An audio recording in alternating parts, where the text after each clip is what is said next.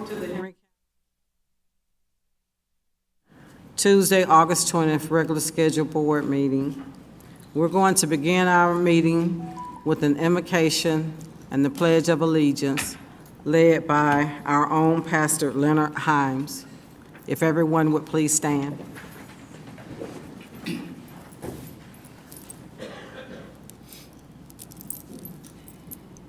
Good evening. Let's pray together. Father in heaven, Lord, we thank you for another day and, Lord, another chance to serve you.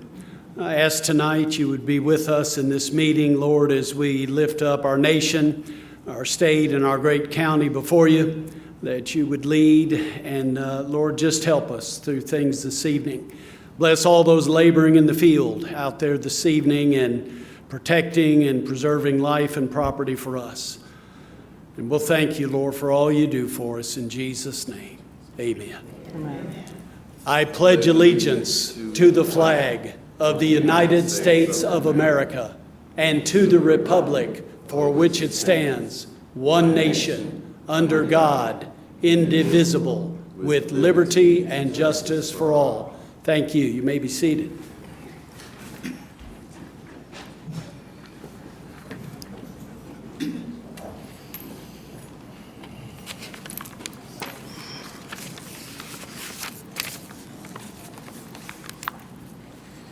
I'd like to call our meeting to order. I have a couple announcements. The following planning and zoning items originally advertised for a public hearing has been postponed by the applicant.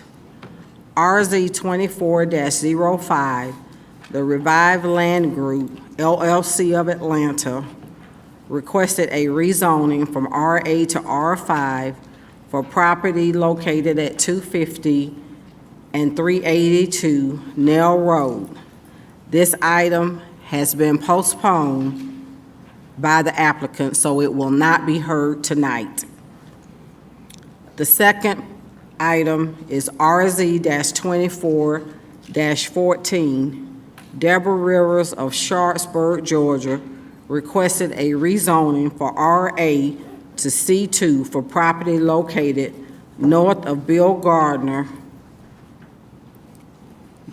The property east of Highway 155 South. This particular item as well has been postponed by the applicant and will not be heard tonight. So if there is anyone here for the public hearing for either of these items, it will not be heard tonight.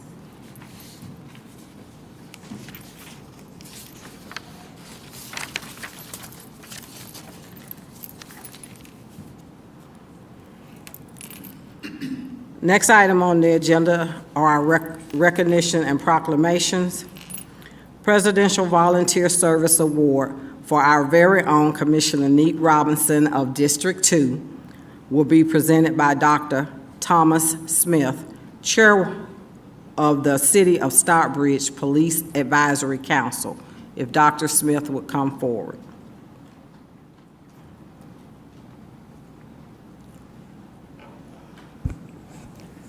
Madam Chairman and members of the Board of Commissioners of Henry County, I want to thank you for this opportunity this evening to be here for a few moments and to share a few words concerning the recognition of one of the citizens of Stockbridge. My name is Thomas Smith. I am the chairman of the Stockbridge Police Department Citizens Advisory Council.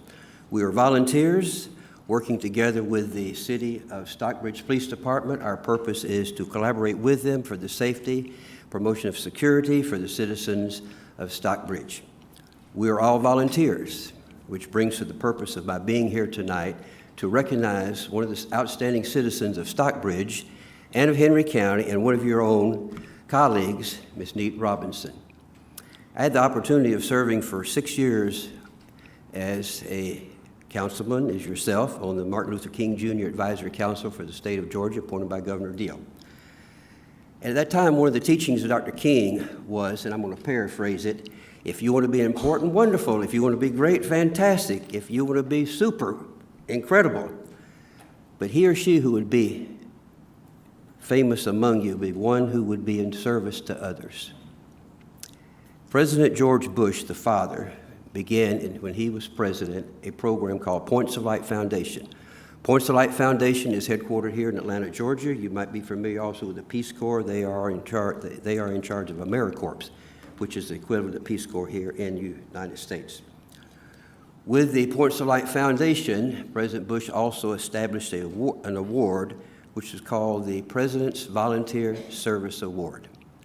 This award recognizes outstanding citizens of the United States of America to encourage the concept and the idealism, following the teachings of Dr. King, of service to others, being volunteering, taking some time to give back to others. So this evening, I'm so proud of being one of the presenters and nominators for this award, to present this award tonight to our very own Neat Robinson for her outstanding service. She is an example of volunteer service in Stockbridge and in Henry County. She's an example for all of us. And this award comes in 3 different categories. There's a silver, there's a bronze award, and there's a gold award. And the gold award tonight is in recognition of many hours of volunteer service within a period of time. So, Neat, I'd like to ask, would you come forward, please? And I want to present this to you. It has a certificate. I'll show this to everybody out here in the audience. You can't see it way back there. I also happen to be a high school teacher and a university professor, so you know I got the gift for gab. But you can't see it. But also comes with this is it's like the Summer Olympics.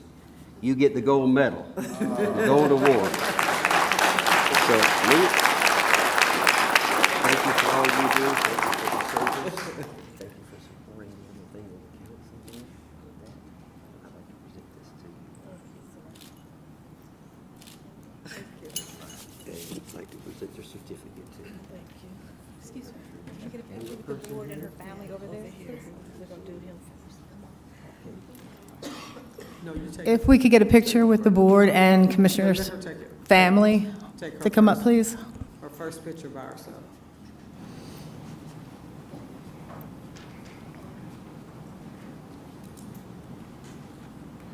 No crying, Neat.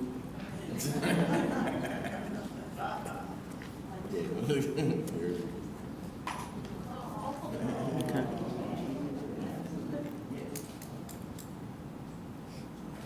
And if her family members would like to join her as well. Any family members like to come up and take a picture with her as well.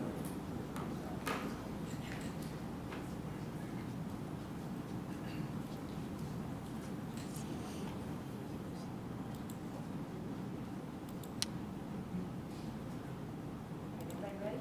1, 2, 3. One more time. 1, 2, 3. Okay.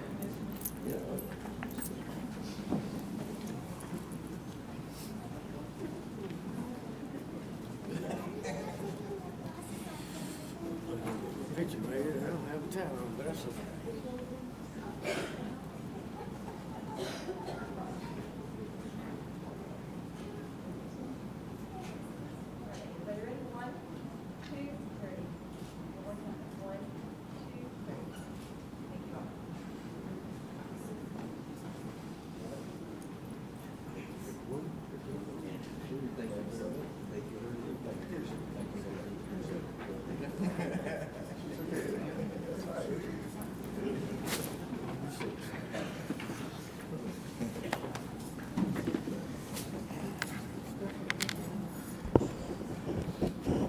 Congratulations, Commissioner Robinson. Well deserved. Next item on the agenda will be a proclamation in honor of Women's Equality Day, which is officially on Monday, the 26th, and that will be presented by Melissa Robinson, our Communications Director. Thank you, Chair, Vice Chair, Commissioners. Tonight we have a proclamation in recognition of Women's Equality Day 2024. Whereas the observance of Women's Equality Day commemorates the certification of the 19th Amendment to the United States Constitution on August 26, 1920, granting women the right to vote and marking a pivotal moment in the history of our nation. And whereas Women's Equality Day not only celebrates the achievements of women in their struggle for equality, but also serves as a reminder of the ongoing fight against discrimination and the need for continued efforts to ensure equal rights for all. And whereas the contributions of women in Henry County and across the nation have been vital to the social, economic, and cultural advancement of communities. And whereas the Henry County Board of Commissioners recognizes that the empowerment of women and girls is essential to the development and prosperity of our society and is committed to promoting gender equality in all aspects of our lives. And whereas the celebration of Women's Equality Day provides an opportunity to honor the trailblazers who fought for women's rights and to inspire future generations to continue striving for equality and justice for all. Now, therefore, be it proclaimed that the Henry County Board of Commissioners, on behalf of Chair Carlotta Harrell, Vice Chair Johnny Wilson, and Commissioners Neat Robinson, D. Angela III, Michael Price, and Kevin Lewis, recognize Women's Equality Day, celebrates the trailblazers who paved the way for progress, and commits to ensuring gender equality for all, this 20th day of August 2024. And we have some members from the NCNW to come and receive this proclamation from you. If they could come up. Yes, so I would like to, I'm honored that we're able to allow the National Council of Negro Women, Henry Clayton section, to accept this Women's Equality Day proclamation. It is an honor to be a member of this section as well. Myself and Commissioner Neat Robinson are members of this organization. And so I would like to ask the President Gloria Dotson, and our First Vice President Brenda Winston, and all other members of NCNW to please come forward to accept this proclamation. And we would love to take a picture with you all.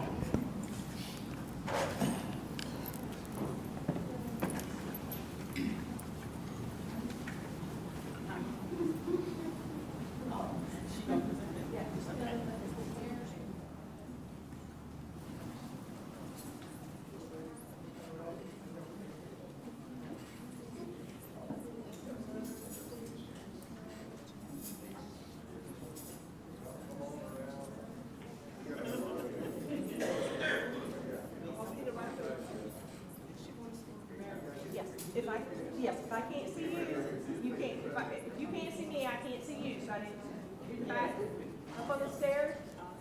Let's get from this, cut those of you up on the stairs, I wanna see everybody's face.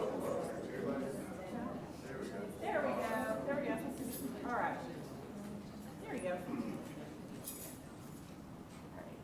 Everyone ready? 1, 2, 3, one more time. 1, 2, 3, one more. 1, 2, 3. Thank you very much. Thank you.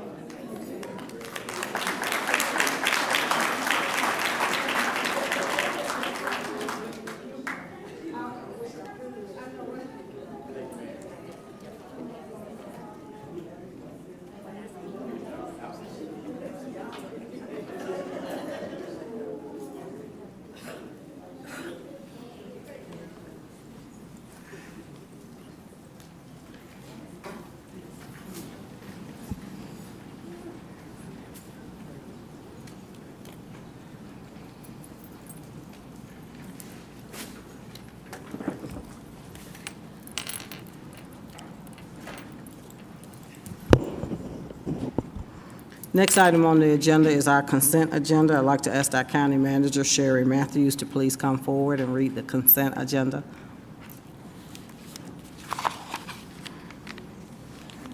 Good evening, Madam Chair, Vice Chair, members of the board. This is your consent agenda for Tuesday, August 20th at 6:30 p.m.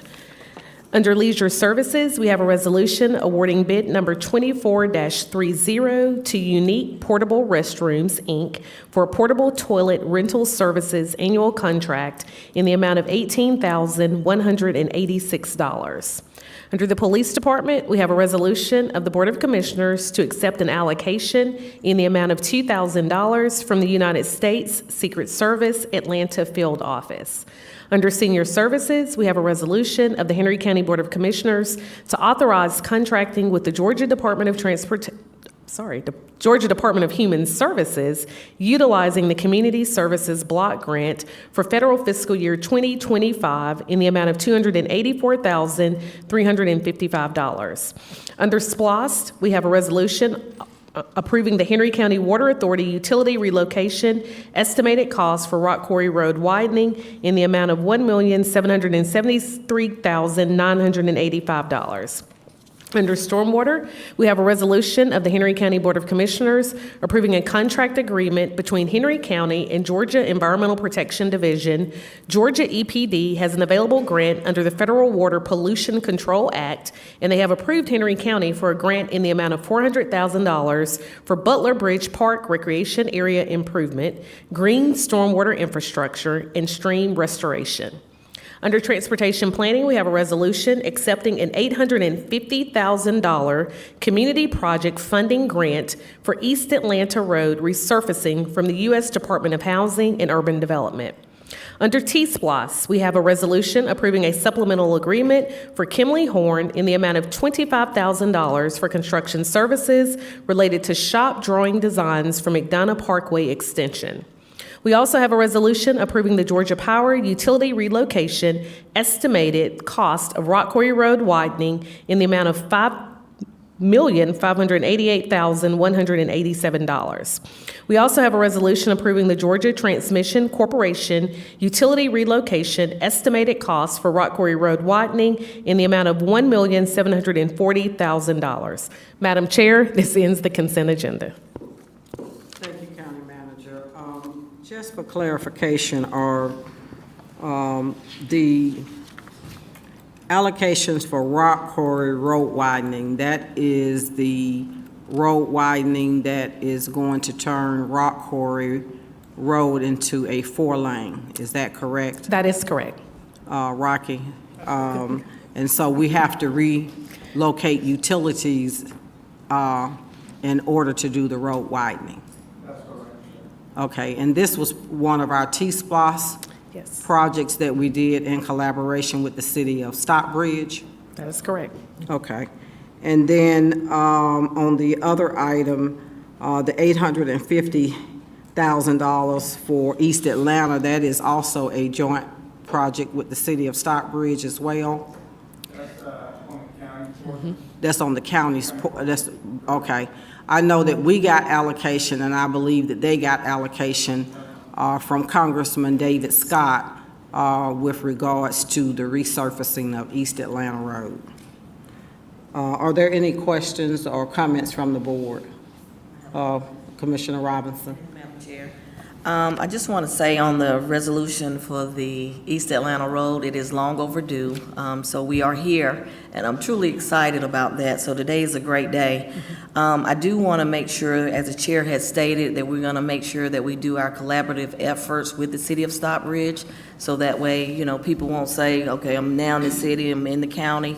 I don't want anyone to know the difference. So if we can work together with the city, it would be great. Okay, thank you, Rocky. Any other comments? Okay. Can I get a motion to approve the consent agenda? Motion to approve. Got a motion and a second. No further discussion. All in favor? Motion carries. Thank you. Thank you, County Manager.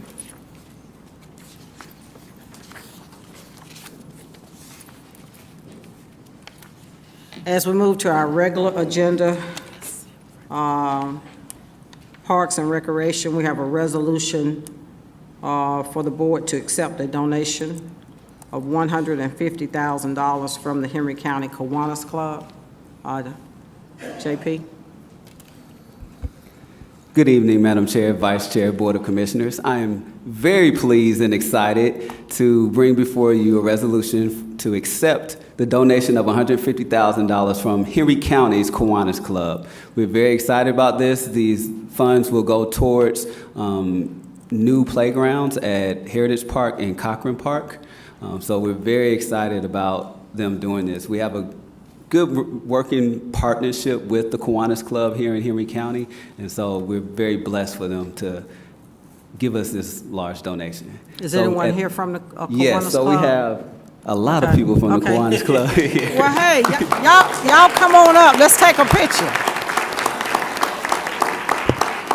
Have them come on up so we can take a picture and I can take that. And we got a big check. old check, too. And Madam Chair? Are we gonna make comments after? Can you gonna do comments after, or? Y'all know, they can, Okay. comments, yeah, they can go ahead. Hi, my name's Kim Maxwell, and it is my great honor and privilege to be the current president of the Henry County Kiwanis Club. If you guys don't know what Kiwanis is, we are an international volunteer organization that our mission is serving the children of the world, one child and one community at a time. And our greatest fundraiser is our Henry County Kiwanis Fair. I hope everybody has seen the signs. Please tell me you've all seen the signs, because we got a fair We have coming seen the up. signs. So we try to put them everywhere. Now, in 2020 and 2021, due to COVID, we were unable to have our fair. But it did give us a chance to kind of reset, figure out some new plans, and kind of go from there. And in making those new plans, in order for new plans to work, we obviously have to have implementation, because plans without implementation don't go anywhere and don't do anything. So with that, we needed community partners. So our club would like to thank you. Thank a few people. We would like to thank Sherry Matthews for your support. We would like to thank Parks and Rec, Jonathan Penn, Michelle Dunn, Terry Nash and their teams. Thank you for your support. Yeah, it was really hard to let go of that check just a second ago, because that was I was like, dude. And then we would also like to thank our Henry County police officers for their dedication to safety and security at our fair, because we couldn't do it without you. So thank you all. We greatly appreciate it. I know I would personally like to thank my club members. You guys can come on up. I would like to thank my club members, because to put on this fair, we're talking thousands and thousands of man hours. And everything I know about Kiwanis, from the international level all the way down to our club level, is Kiwanians have a few things in common. One is they have a heart for service. Two, they have a dedication to serving children.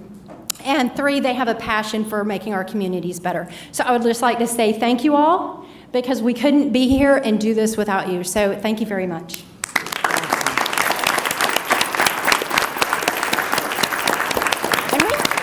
And we have a great big O check.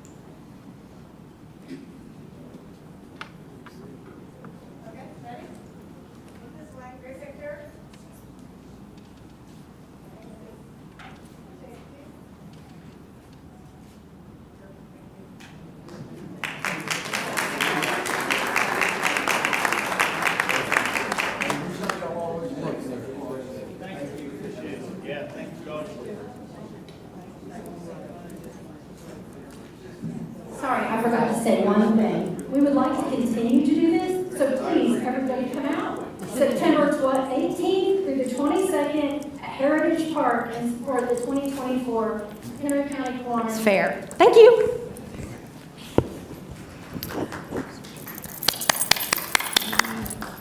Thank you so much. It's partnerships and collaborations like this that make our community great. And I enjoy attending the Kiwanis Fair every year and look forward to it this year. And we just want to thank you all from the Board of Commissioners just for being a part of our community and giving back the way that you always give back. Thank you so much. Any commissioners have any other comments? I do. I just want to say that this shows the importance of community partners. And I just want to say thank you to the Kiwanis Club. You all just don't know what we were trying to do for our children, and for you to support us even at Cochran Park.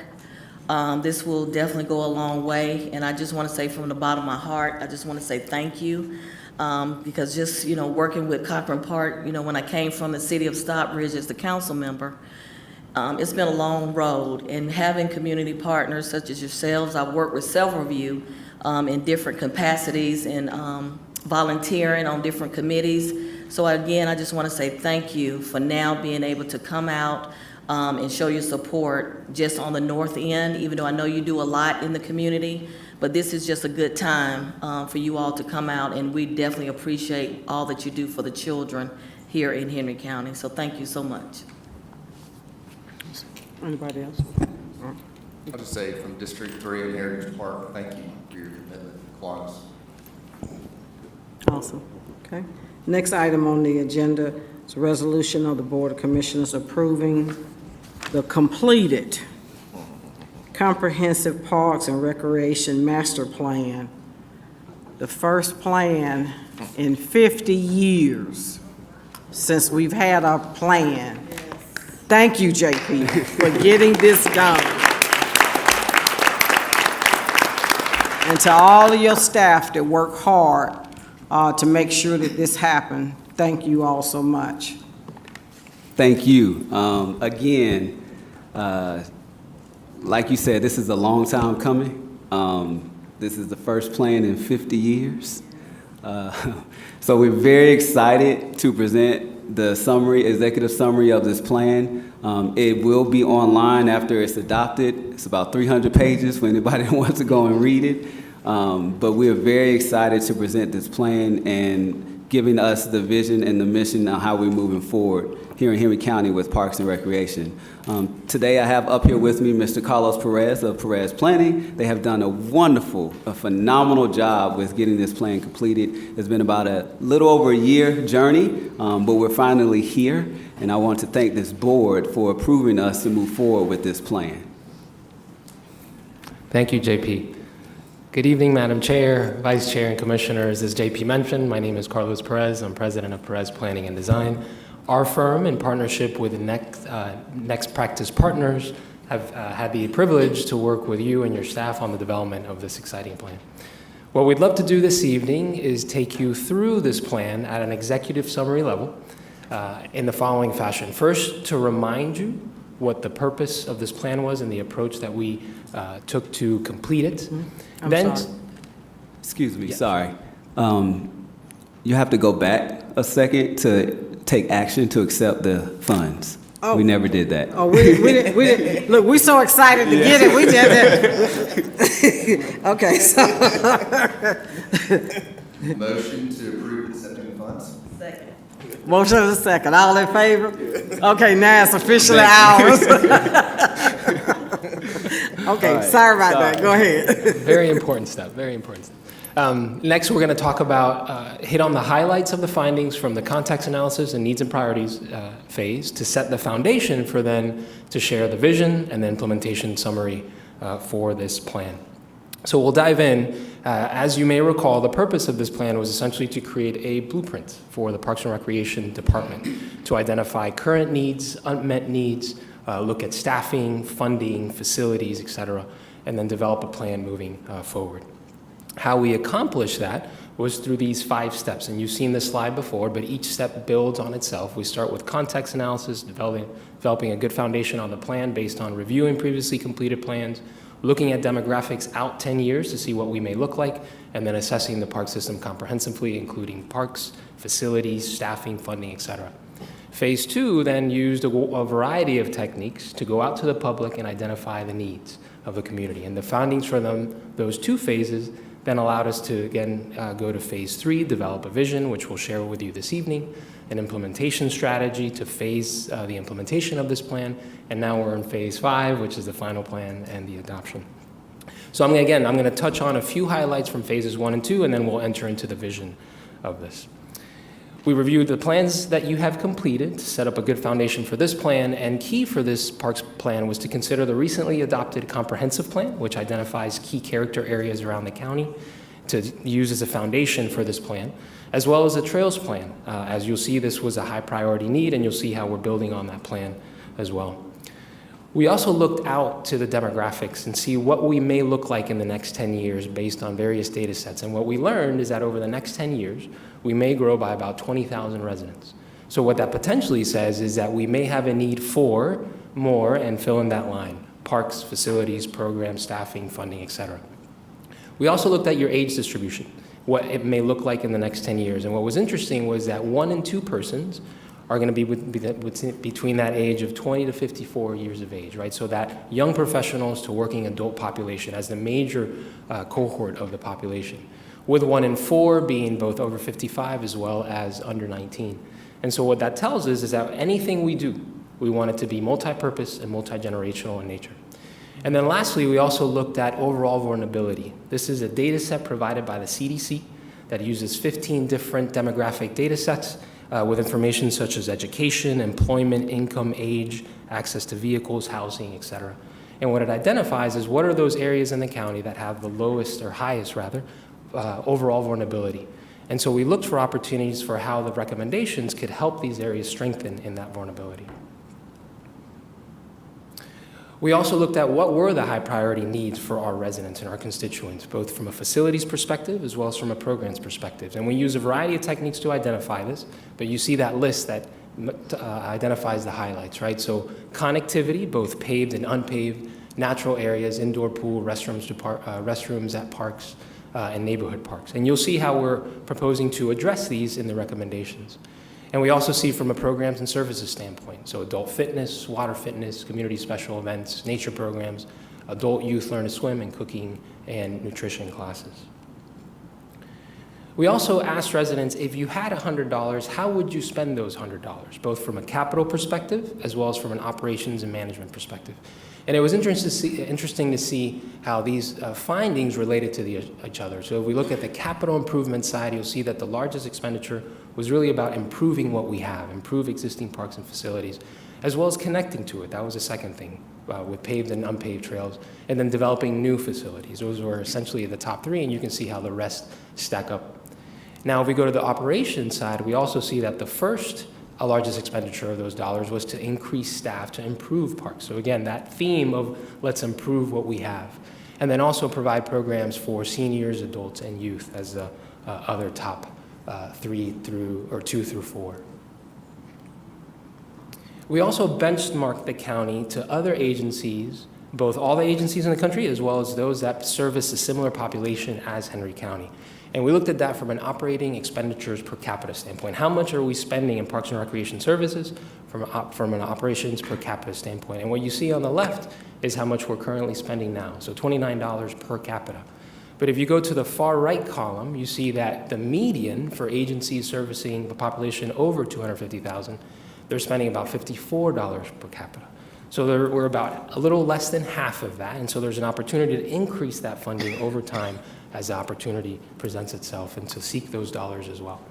And that's also consistent with when we look at staffing levels. We also benchmark it from FTEs, full-time equivalents per 10,000 residents. That's a benchmark that we use, and we see that Henry County is at 2.1 FTEs per 10,000.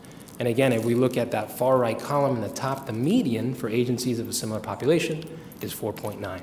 So again, we're about half that, an opportunity to increase that over time.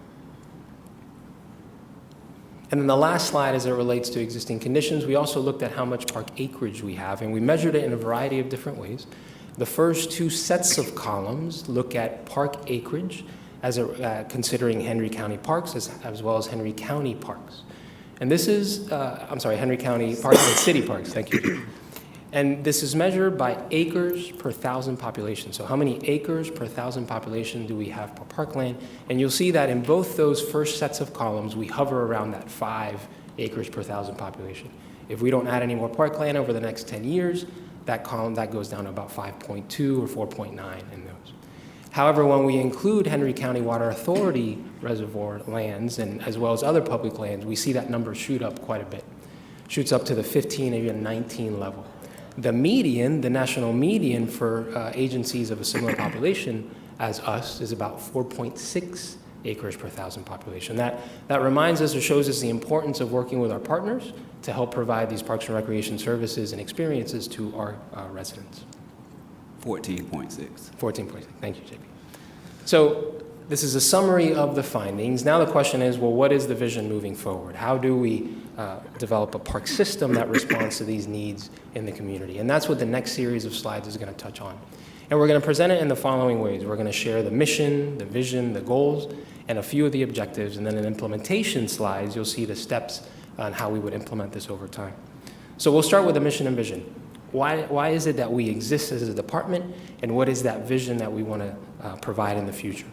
Very simply, our mission is to care, create amazing recreational experiences. That's the mission, new mission of the Parks and Recreation Department. Very simply stated, we care about our residents. The vision statement is create a community where everyone feels a sense of belonging. Very simply, to create that sense of belonging, #belong could be a social media hashtag that we can use. So how do we implement this mission and vision? Well, similar to how the county has the pillars of excellence, the five pillars of excellence, we also have the 5 C's to implement this plan, and that's we want to care, we want to connect, cultivate, coach, and commit. And in the next series of slides, I'm going to briefly touch on some of the objectives, key objectives of these 5 goals. As it relates to care, what we want to do is be good stewards of the Parks and Recreation system. So that means renewing the Parks and Recreation facilities that we have. Through this process, we collected a lot of input from their constituents, and all those ideas are in the plan and have been considered. We also want to create an asset management strategy that helps us be proactive versus reactive when it comes to improving parks. And that has a potential to save us about 50% in costs. Improving parks after they are damaged is a lot more expensive than doing so in a proactive fashion. And then doing so with a way of creating design standards and guidelines that help us implement these improvements in a very effective and efficient manner. Now, the same way that capital improvements have a life cycle, programs also have a life cycle. So we've included recommendations, processes, and strategies for staff to use to maintain a pipeline of programs that are innovative moving forward, the same way they have some right now. So staff has done a phenomenal job with programming, and there's an opportunity to continue that moving forward. We've also created conceptual plans for a few of the parks that are in the county, and that's Cochrane is one of the examples that you see on the screen as well, to then implement over time. So that's care. In terms of connect, we want to connect in various ways. We want to physically connect the system through trails, but also connect residents to programs and services. You've had a wonderful trails plan that was developed. So we've worked with your Department of Transportation planning to expand on that to make sure that we're connecting all the parks, and that's the image that you see on the screen. So we want to continue to work with our partners in implementing this plan over time. We also want to leverage funding sources that are available right now to complete these projects. And the exciting part about this is that we can use transportation dollars to implement a trail like you may see on this screen. That gives us this experience. So this would pay, transportation dollars could pay for 100% of that. But then we can come back with other funding to add experiences along the way to activate those corridors consistent with the needs and opportunities and desires that we heard from your constituents. So an opportunity to activate the corridors and create nodes of experiences along the way that start connecting and activating the county.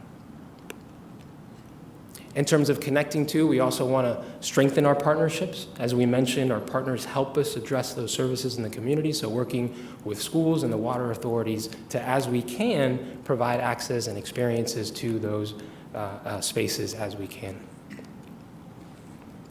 And then in terms of cultivate, and this is growing the system over time as population increases, and we do so through these 7 different elements that you see on the screen. And I'm going to touch on these one at a time in the coming slides to explain it. And we start with regional parks, which are parks in the hundreds of acres. And as we can see from this slide, the areas that are in that bluish and greenish color are areas in the counties that are currently served by regional parks. But there's areas in the southwest and the southeast that currently don't have those experiences and opportunities. So over time, the plan recommends identifying lands to build those facilities in southwest and southeast Henry County. And you'll see that a few of these slides relate to each other and build on each other to confirm these recommendations. For example, if we go to the next slide, you'll see that this looks at community parks. What are the areas that are currently served by community parks, and where are the gaps? And you see that there's another gap there from a community park standpoint, and these are parks that are within 50 to 100 acres. And you see that there's one there in the southwest portion of the county, and then one in that central western part of the county. So the idea is to look for opportunities to do that. But as you may recall, we did have a gap also for a regional park. So the idea here is not to do duplication, but rather a regional park can serve that function of a community park as well. Natural areas was also something that we heard from your constituents that were very important to them and looking to provide additional access to that. So the Department of Natural Resources in the state has identified lands throughout the state of areas that they would like to provide access to and acquire over time that provide those natural experiences. So we've identified those in those orange areas that you see there. And so the opportunity is over time, look to acquire lands there to provide those natural experiences for residents. And again, you can see how some of these relate. You may recall that there was a need where we see that Park Planning District C, that there was a need for a regional park there as well as a community park there. And there's lands in that area that could help us achieve that. So an opportunity to work with with a water authority, acquire more lands to create a really robust regional park there that also provides natural experiences. We also heard from residents that neighborhood parks are important, but neighborhood parks are more of a city strategy. Counties are typically not in the business of providing community parks or neighborhood parks. So the idea is over time to work with cities to make sure they're providing access to neighborhood parks within your districts, within the park planning districts, but also look at the private sector as they are developing new housing developments to help us build those neighborhood parks. So we've added language in the report that depending on the number of housing units that the residential developers may provide, there's an opportunity for them to also provide neighborhood parks ranging on, for example, half an acre neighborhood park, depending on a small amount of homes, to over 6 acres of land if it's a larger development. So really looking to the developers and HOAs to help us address the needs of their residents in that community. And then as it relates to parks and recreation facilities, we heard a lot of ideas about splash pads, skate parks, diamond fields, rectangle fields, playgrounds, et cetera. So the plan recommends the number as well as the potential locations that may be in need of these facilities over the next 10 years, and that's also included in the recommendations as well.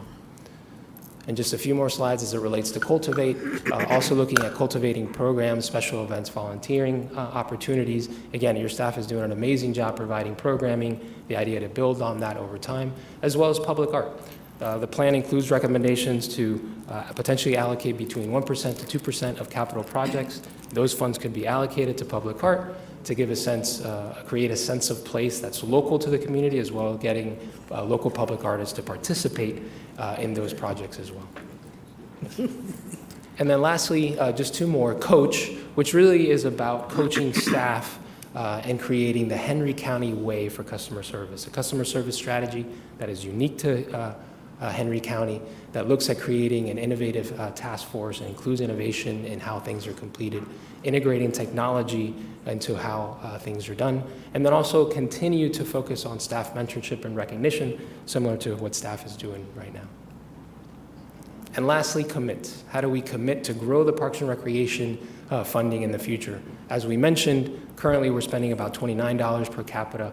Our benchmarks are spending about double that. And the same thing with the FTEs, we're about half of what others are using right now. So is there an opportunity to grow that over time? While considering that when we asked residents if they were willing to pay more for Parks and Recreation services through increased taxes, we heard that 65% of residents were willing to spend between $10 to $25 per year extra to help address those needs.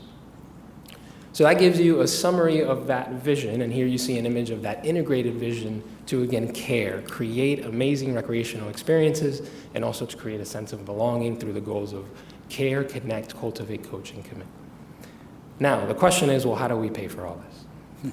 And so the next series of slides show the implementation strategy for how we would achieve this. And we started by speaking to your finance department to see what is a realistic funding amount over the next 10 years. What is realistic for the county in terms of implementing a phase 1, a 10-year phase 1 implementation strategy for this vision? And we had, shared a series of numbers for us that you see on the screen, and some of these are assumptions. For example, when you look at grants target, we say a modest target of $5 million, but we think we can go beyond that in the next 10 years. We're also proposing the development of a Parks Foundation. a 501c3 nonprofit that allows us to leverage public dollars with private dollars to grow that. And again, we have a modest target there of $500,000, opportunity to grow that over time. So all those funding sources give us about $200 million that we have over the next 10 years to implement this vision. Now, we have about $70 million worth of ongoing projects that we have to account for. So that leaves us with about $130 million to implement this over the next 10 years. So the question is, well, what are the projects and how do we allocate these sources? So we developed a two-tiered implementation or funding strategy to implement this. The first tier is that what we're calling funding allocation targets. These are buckets that have funding related to specific types of projects. And I'll explain that in the next slide. And then the next phase after that is prioritization criteria. Once we're in those targets or in those funding buckets, then how do we prioritize projects within that? So what do we mean by funding allocation targets? As you may recall, we asked constituents, how much would you be willing, or rather, how would you spend $100 in parks and capital projects? So if we took those 8 choices, those 8 choices can be condensed into the 4 types of projects that are found in a Parks and Recreation Master Plan. And we assign the percentages or the funding allocation that they provided to these buckets. And that's what you see on this slide. So the first bucket of improving existing facilities, residents wanted to spend about 43% of dollars in that. Development of new parks and recreation facilities, the second bucket, 31%. Development of walking and biking facilities, that's that third bucket, 16%, and acquiring parkland, 10%. So when we assign these numbers to our funding amount, that gives us that funding allocation targets based on those buckets. And these don't have to be hard and fast numbers, but it can be targets for us to consider over the next 10 years. So about $60 million for improving new, $43 million for developing new parks, $20 million for trails, and about $13 million for parkland. So that's that first phase of prioritization. The next question is, well, how do we spend those dollars within those buckets? What are the projects that fit within these buckets? And that's where we developed prioritization criteria. And that criteria was based on the goals of our project: care, connect, cultivate, and commit. And then criteria for each of the type of buckets of projects that we have. So we had criteria for improving new facilities, developing new facilities, and then acquiring parkland related to these goals. So we scored about over 130 projects. And we have some of those to share with you this evening. And again, this is used as a starting point for staff and you to look at and see how we implement this over time. So the next series of slides will touch on some of these projects, and we'll start with improving existing park projects. And as you see the list there on the left of some of those projects and the planning level costs, these are order of magnitude planning level costs that can be lower once we get into design, or they may be higher depending on the specific scope. But it gives you an idea of those costs as well as the location in the county where they're located. So you see a series of projects there that relate to improving trails, pavilion, restrooms, buildings, and so forth. And you'll see where they're generally located or the parks that they're located in the county. This is the first of 3 slides about improving existing parks. We also know that some of these parks are managed and operated by our partners in the city, so we would look for them to also help us in the implementation of these costs per the MOUs that we have with our cities. This is the first page. The second page looks at additional projects, and you'll see again that there's projects there about improving trails, recreation centers, courts, restrooms, field improvements, etc. And then the last page, as it relates to improvements, looking at improving playgrounds, Heritage Park, Veterans Museum, and Special Events Barn, as well as improvements to Sandy Ridge Park, as well as Cochran Park as well. And that totals about that $59 million worth of projects. So that's that first set of projects.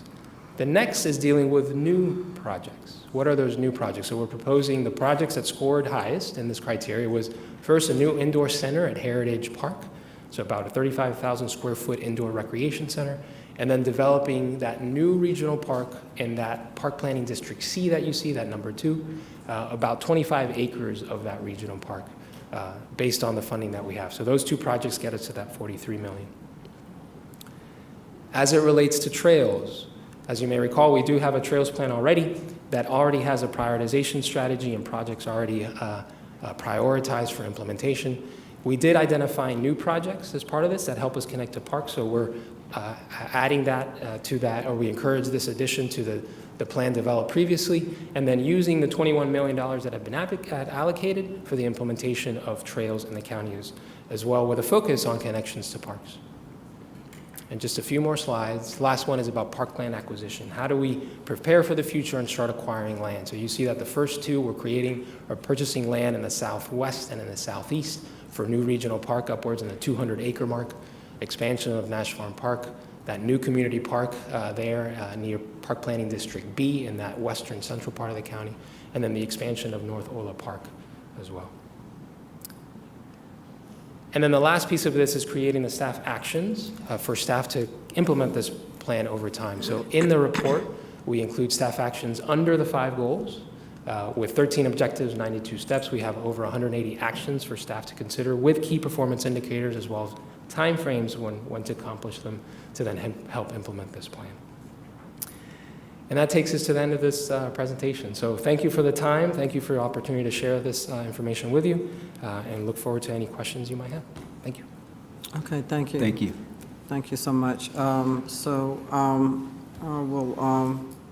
We'll start and see if any of the commissioners have any questions or comment. Vice Chair, Commissioner Johnny Wilson. Thank you to both of y'all for putting this together. I know you've been working on it quite a while. Thank you, Mr. Perez, for your presentation. Very well put together. So, looking forward to moving to our first step. So, thank y'all for this. Thank you. Commissioner Neat Robinson. Well, I just want to say thank you both. We've met several times, and you've met with all the commissioners, so we definitely appreciate that. JP, outstanding. This is long overdue, and you guys have worked well together. You explained it, you listened, and you implemented. So we definitely appreciate that, and just ready to roll it out. So hopefully we can, do that fairly quickly. But thank you guys so much. Commissioner England. This, of all the stuff we do, is exciting and fun. So thank you both. Appreciate it. Commissioner Lewis. I just want to say, Ms. Perez, great job. I was looking for a check, though. Kiwanis Club came with a check, and so I thought you might follow up with a check as well, but I think you're asking us for a check. So, but anyway, I just want to say it was a pleasure working with you. Very professional, very well done. JP, you're a rock star. I love the vision of what you have done with Parks and Rec. It has really elevated Henry County, and I hope the residents see, oftentimes we get the saying that, there's nothing to do in Henry County, but there is so much to do in Henry County. Parks and Rec, you all continue to outdo yourselves, and so I just want to say thank you for the job well done. Excellent presentation. I'm really looking forward to all the implementation. So, Thank you. Commissioner Price. I too want to say thank you. I came in on the tail end of this. It was a pleasure speaking with you the other day, and the presentation and answering all the questions I had at the time. So thank you again for the hard work that you've done on this past year. Thank you. Thank you. So I have a question. So in looking at the trails plan, and you looked at what our current transit department had put together with our trail plans, did you look at regionally other trail plans that could possibly Henry County could connect to? And the reason why I asked that question is because I was just on a call today with ARC, and being chair of the Transportation Committee, I have encouraged them. We will be pursuing a phase 2 of grant funding from the federal government for the Flint River Trail. Atlanta got $50 million for phase 1 that connects Atlanta all the way to Clayton County up to Southern Regional. And so, my question to them today was, how are we going to connect Clayton to Henry Fayette, connect that trail.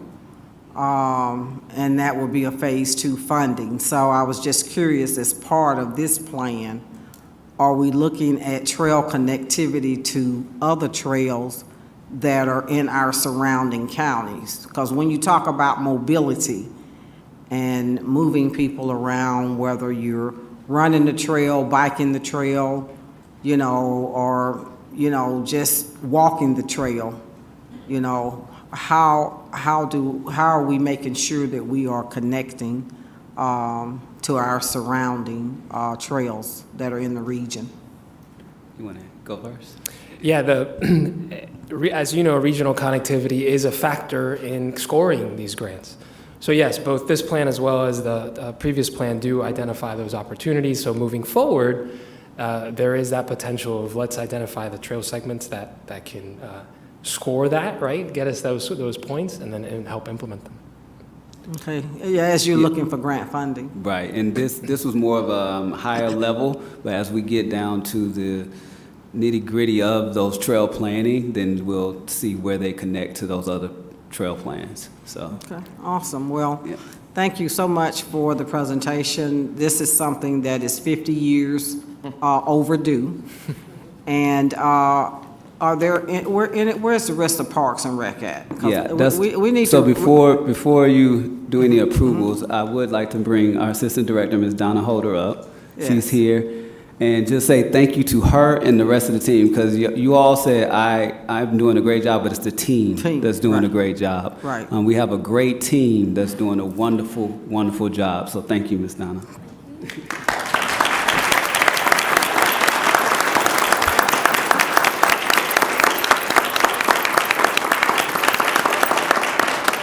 Ms. Donna, would you like to say something? Thank you so much for letting us do this study and approving this and giving us a concrete plan past this board into the future. We really appreciate it, and it'll make a huge difference. Thank you. She is from the class of '88. So with that said, if there are no other questions from the board, Commissioner Wilson? I just got one statement for everyone that's tuning in. We may be approving this plan, but we're not approving any money to go along with it, because you mentioned a lot of dollars out there through this presentation. So I want to let everybody know we're not approving the money tonight. We're just approving the plan. So just make that clear. Okay, all right. Well, I just want to make a comment. Ms. Donna, can you tell everybody how long you've been here? Yes. And how significant this is for you? I've been here 38 years, Wow. so almost a good chunk of the 50, so. Absolutely. Good chunk of the plan not being done, huh? Yes. That brings it all together because you've been here. And so just to see it go full circle. So thank you for all that you've done for Parks and Rec. And a lot of times to look forward and to have that vision, you got to have some history. And she's a Bible of Henry County. Right. So she has a lot of history that she was able to provide and a lot of valuable information. Absolutely. Awesome. Okay, can I get a motion to approve the plan? To approve. Second. Motion and a second. All in favor? Motion carries. JP, your plan is approved.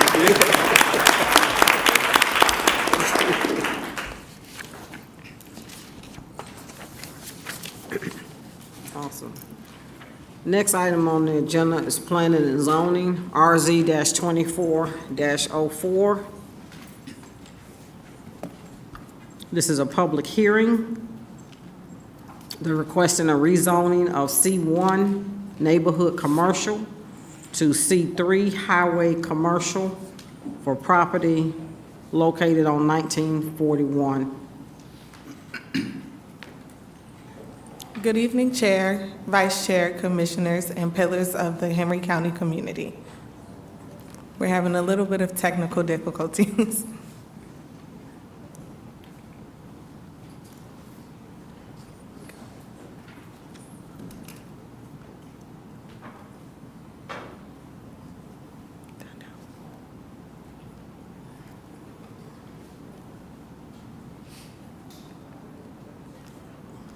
Thank you. The rezoning request before you is for property located at Highway 1941, just north of Spalding County line and east of Mentor Drive. The property is currently zoned C1 Neighborhood Commercial, and the applicant is requesting a rezoning request to C3 Highway Commercial for a commercial development with retail, restaurants, flex office space for trade businesses, and 1 gas station. The subject property is highlighted in green on each map before you, currently zoned C1 Neighborhood Commercial. The property is located south of other commercial properties and west of Ashwood Trace subdivision. The future land use designation of the property is commercial. The slide before you shows the input we've received from various departments regarding the infrastructure and public safety. The details of each department's comments can be found in your exhibit books. Please note, sewer service is not available, thus the property is supported by septic service. Currently, the property is undeveloped and the site appears to be physically capable of being developed as proposed. The slide shown before you shows the survey that was provided by the applicant. The property is about 40 acres, and the line dissecting the parcel in the middle is a gas easement. This slideshow shows the latest concept plan received by staff. The property would appear to be developable as presented and meets the highway corridor and C3 zoning standards. All of the interior roads will be private. After reviewing the initial site plan, the applicant and staff agreed parking should be along the rear and the side, not along Highway 1941. The site plan is conceptual in nature and will need to meet all development standards at the time of permitting. The property was previously zoned RA to C1 in 1989, in addition to a proposed rezoning, which was officially withdrawn by planning staff June 9th, 2023. The future land use map shows the designation of commercial and will support the C3 zoning request. The proposed development of the site is consistent with the purpose of C3 Highway Commercial, which is intended to provide areas for commercial activities which provide products, services that require locations with the highest level of access to major highways and regional transportation system. As you can see, the property is between 2 different highways, Old Highway 3 and Highway 1941. Thus requiring highway corridor overlay standards such as pedestrian lighting, street trees, and sidewalks, as well as enhanced architectural standards. While the applicant has not provided building plans, staff has included a resolution of conditions for staff architectural review prior to the application of any permits. Flex space refers to office space for specialty and trade businesses like plumbers, electricians, HVAC professionals. These offices will serve as a space for storage of their equipment. This does not constitute heavy industrial uses such as warehousing. Before you are examples of possible flex spaces.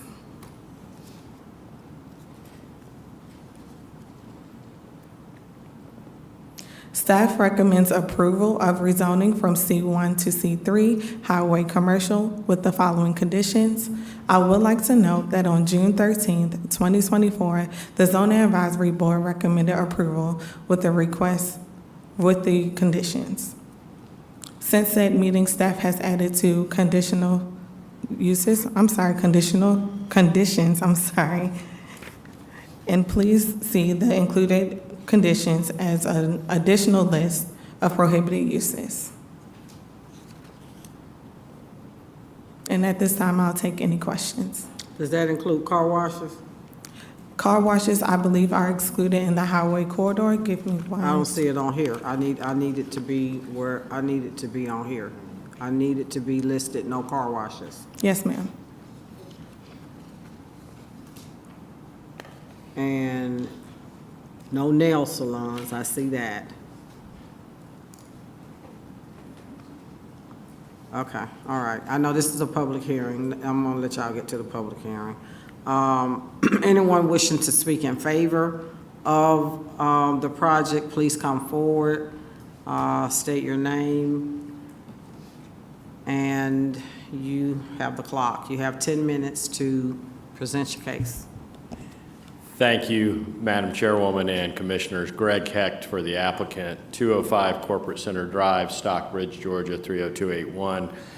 Also want to say personally, it's really nice to be in front of a board of commissioners, a local government where everybody is constructive and collegial. And after a long period of time in local government work, it's really a beautiful thing to see, and I think the public really appreciates it. I know I do.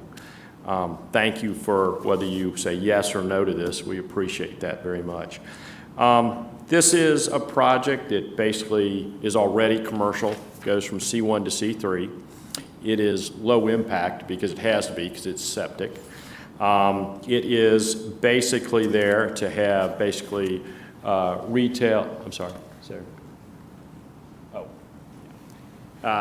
You've basically seen the office flex, but it's basically the only real reason for the C1 to the C3 is for the office flex, which is really low intense. And this has to be kind of low intensity, and there's a reason for that. The conditions that have been recommended by staff is exactly what the applicant wants. It wants these restrictions. It wants the higher end development. This proposed use is basically retail, restaurants, gas station, and basically 4 buildings in the back for commercial office flex space for trade businesses like it was discussed by staff. C3 allows for that flex office space. We're not looking for automotive service repair, laundromats, tattoo parlors, pawn shops, vape stores. All that's prohibited, and that's not what the developer wants. There's a growing need for this flex office space for trades and others for that. This would be in the highway corridor overlay, so it would be subject to those types of restrictions. It is subject to architectural review, so you would have final say over it anyway in terms of the development. The plan for this, I think you noted, and I think staff noted, there was a requested change that parking be basically put in the back. We were happy to agree with that and happy to do as staff asked for us. Other than that, I don't think there was much that was objectionable or challenged. My understanding is the ZAB supported it, staff supported it, and we're asking you to support it. Generally, I know not to talk too long when I've gotten supportive recommendations, so I'm here for questions, but other than that, we appreciate your consideration and review. Thank you. Anyone else wishing to come and speak in favor of the project?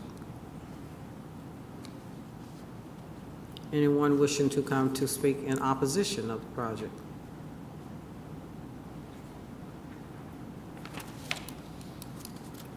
Okay, this is in District 1. Commissioner Wilson, had there been conversation with you regarding the project? I do have a couple of questions for staff. If you can go back to the site plan. That road coming off 1941, is it going to connect with Highway 3? Yes, there will be one interior road which will be private. So that'll be a public road? No, it will be a private road? Yes, Okay. sir. All right. That's all I have. Okay, any other questions from the board? Commissioner Angler? I got just one question. Y'all did a great job of flipping the park around. So staff, Commissioner Wilson, that's nice.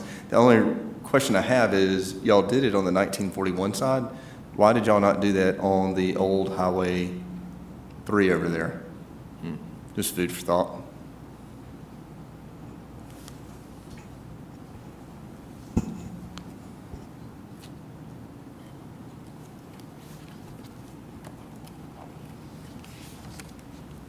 Good evening, Board. So the flex space requires bay doors in the back. That would prohibit extra parking. So you need parking in the front for the office area. No, makes sense. Okay, thank you. And this is coming back for architectural review. Yes, ma'am. And so. Well, when we say coming back, staff has architectural review, and we communicate with the commissioner what they want to see. Okay. So, County Manager, can we see the plans prior to approval? Yes, so we want to place a condition to bring the site plan back for approval before the Board of Commissioners? Absolutely. Okay. The building plans. Yes. Yes, ma'am.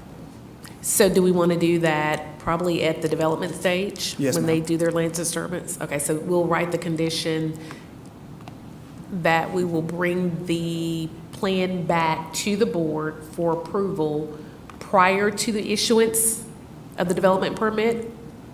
Yes. Okay, That's correct. that's good. Okay, we have it. We'll Also- add it. And to add car washes Car on the washes. thing. Okay, so we want to exclude car washes? Yes, ma'am. So that'll be amended. So 2 amendments to the conditions as presented. Yes. Okay.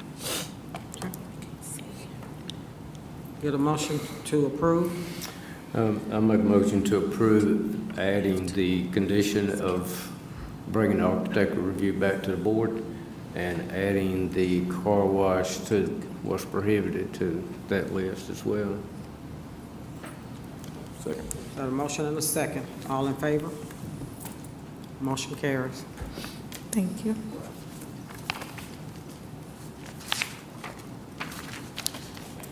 Good evening again.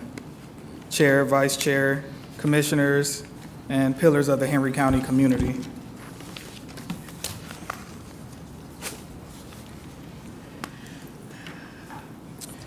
The rezoning request for you, in front of you, is for property located at 186 Harold Drive within the Jodico Landing Plan Development.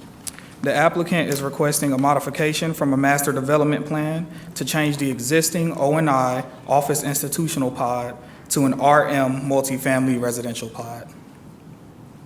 This is in District 4, and the property is approximately 6.78 plus or minus acres. The subject property is highlighted in green on each map and is currently zoned PD for planned development, which is a zoning designation we currently don't have in our ULDC. It's a legacy zoning designation. And it is surrounded by various commercial, RA, residential, multifamily zone properties. The future land use designation for the property is urban residential, based on our most recent comprehensive plan.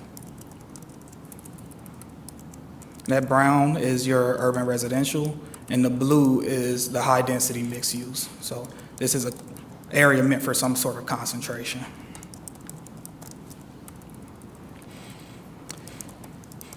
This slide shows the original submitted site plan that they submitted when they first made application. After conversation with staff, the applicant returned with this site plan, which spreads the units out a little more, 44 total units, so they actually decreased their total units. And they have a nice green space with amenity in the middle. So it just creates a more open environment.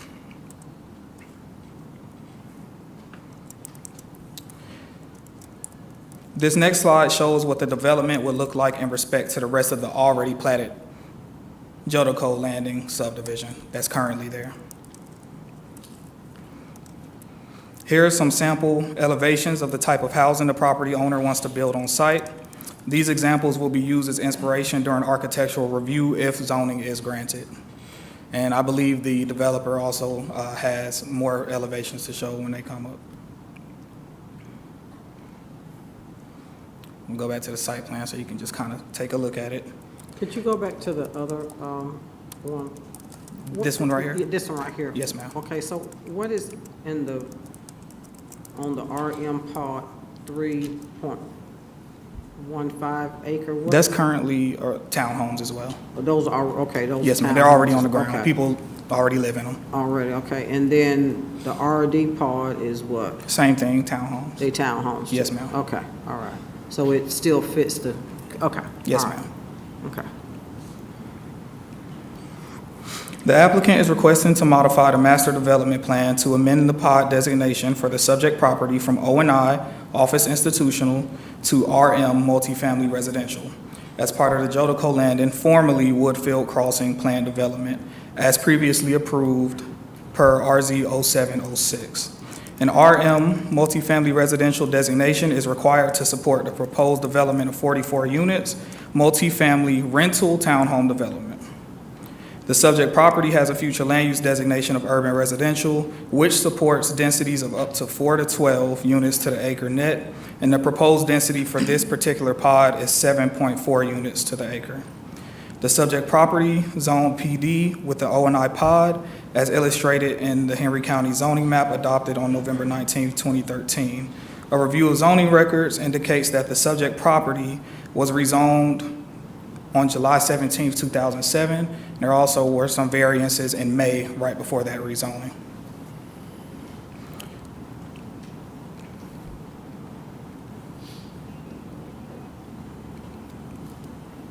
This slide shows input that we've received from various departments regarding infrastructure, public safety, and the details of each department's comments can be found in your exhibit books. Water and sewer is available, and Jodico Road can and should be able to handle the impact of this development. Any road or traffic improvement should be determined by the Henry County Department of Transportation at the time of permit submittal. Staff recommends approval of the applicant's request to modify the Jodico Landing, formerly Woodfield Crossing Plant Development Master Development Plan POD designation for the subject property of 6.8 plus or minus acres from O&I Office Institutional POD to RM Multifamily Residential with conditions listed in the revised September 7th, 2007 Development Agreement, Exhibits A, Sections 2 and 3. And based on the conceptual master plan presented at the August 20th, 2024 Board of Commissioners meeting, Exhibit B. The recommendation of approval requires an amendment to the development agreement and zoning conditions found within said development agreement. All of this information can be found in your exhibit books. The documents are a little confusing to get through just because we had to go and amend an old plan development agreement, but all edits to that development agreement and conditions allow the modification exactly as presented.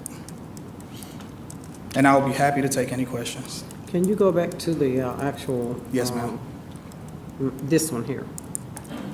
What is this parking lot here, down in the corner left, left corner? So that is it's a medical facility right now, it's Dr. Okay. Rao's So facility. that's commercial already? Yes, Okay. ma'am, it's already commercial. Okay, all right. And so as you know, this has been rezoned since 2007.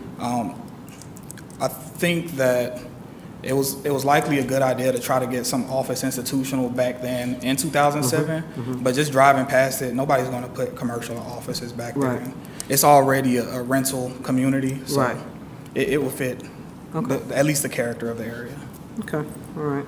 Well, this is a public hearing, and persons wishing to speak in favor of the request, including the applicant, have a collective total of 10 minutes to address the board. Evening, Madam Chair, members of the board. Steve Moore, Moorbass Consulting, 1350 Keys Ferry Court, McDonough, Georgia. Here tonight representing Faisal Superwala, and the PD modification. Kamal, once again, does such a good job. It makes it really easy for me to go through this presentation, so I'm not going to waste a lot of time. See, we're already at questions. Obviously, you know where the site is. The question you had, Madam Chair, about the office building, this is an older aerial, but that is Atlanta Heart, which was up on Country Club Drive and Eagles Landing, is now their facility here. The site immediately to the right of that site is another future phase of that development that'll occupy the frontage of Jodico Road. This is the overall master plan that was approved in 2007, and so that orange area is what was originally decided or designated to be O&I. I think the property in front of it maybe wasn't even zoned anything commercially at that time. As the subdivisions develop, as the phases developed, The orange pod is actually what it kind of changed to as far as the O&I, and they ended up developing a portion of it as it was designated as duplexes on the master plan. It ended up developing out as townhomes. The single families pretty much stayed consistent. It was always intended to be at the north end of the project.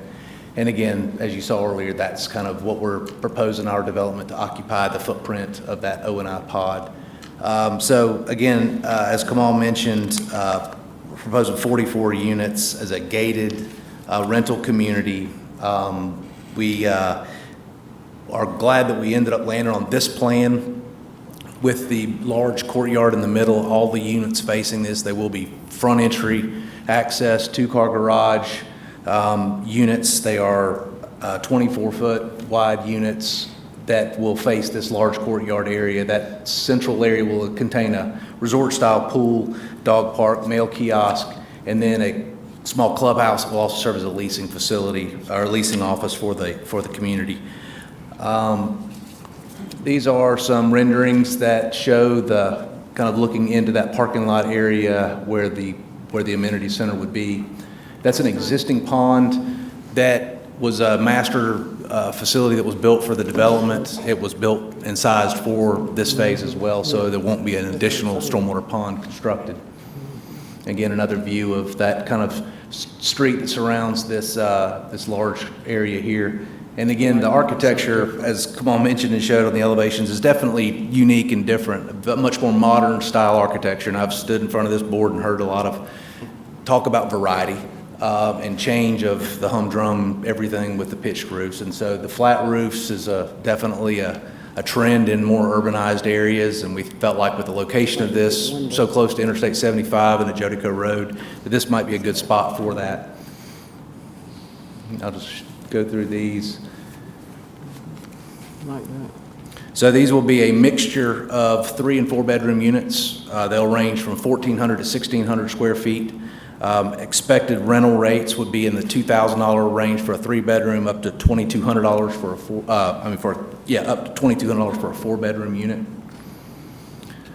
And again, that's our presentation. We're thankful that staff has recommended approval of this. We feel like with the development that's occurred up along Jodico Road, that it pretty much is going to disguise everything behind it and therefore not making it commercially viable. Second-tier offices probably there's plenty of other office space where you could be right on the highway. So really feel like this is an appropriate use, a change in use, and I'm happy to answer any questions when the time comes, but thank you for your time.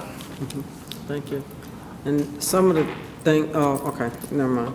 Okay, so anyone else wishing to come speak in favor? Anyone wishing to come to speak in opposition? Please come forward. Anyone wishing to speak in opposition? Okay, hearing none. I just want to say that, some of the conversations that we have a lot of times with David Kent over at Piedmont Henry and other physicians in the area is that being able to find nice rental spaces for a lot of the doctors and medical staff that are looking to reside close to where they work. And as we continue to expand the hospital and add that additional wing, this type of modern concept is a lot of what people are looking for, those medical professionals and stuff. And so I think that I'd have to commend you all on this particular look. Commissioner Price, I know this is your district, and I know they've had some conversation with you, so I'll let you take the lead on that. Okay. Just want to say thank you again, Mr. Moore, and for your team for working hard. And I know reducing the units was a little financial cut, but thank you for trying to provide enough green space to allow the residents to be able to enjoy their homes as well as the outside. I really like the quaintness of this development. And so if there are no other Questions? Any other questions from the board? Questions or comments? Comment. No, I did have a comment. Yeah, my comment is, I just want to say thank you for finally listening to us as a Board of Commissioners. We have been asking for variety. We have been asking for more modern looks in our housing, and we are finally starting to get it. So this is a very good-looking development. I think it fits the needs of the area, so I just want to say thank you. And anybody else watching, developers, this is the type of development that we're looking for. So thank you. Commissioner Robinson. You want to say something? Go ahead. Okay, thank you. I just want to say to Commissioner of the district, great job for you taking the lead on this for your district, making sure that they had exactly what they need. I know you've met with them to kind of design and, you know, things how you want it to look. So kudos to you for your first development. Yeah. Yes. Commissioner Wilson, yes. Yeah, it's a nice looking project, but, you know, we have areas around Jonesboro Road, Jodico Road, they're saturated with rental properties. But I don't support townhomes, never have and probably never will, just because of the way they laid out and where they're structured. It's a fire safety thing to me, but I will be opposing this development. All right. So can I get a motion to approve? Yes, I would like to make a motion to modify the master development plan from the OI to the multifamily residential development with all current conditions. Okay. Second. Got a motion and a second. No other discussion, all in favor? Those that are opposed? Motion carries. Thank you.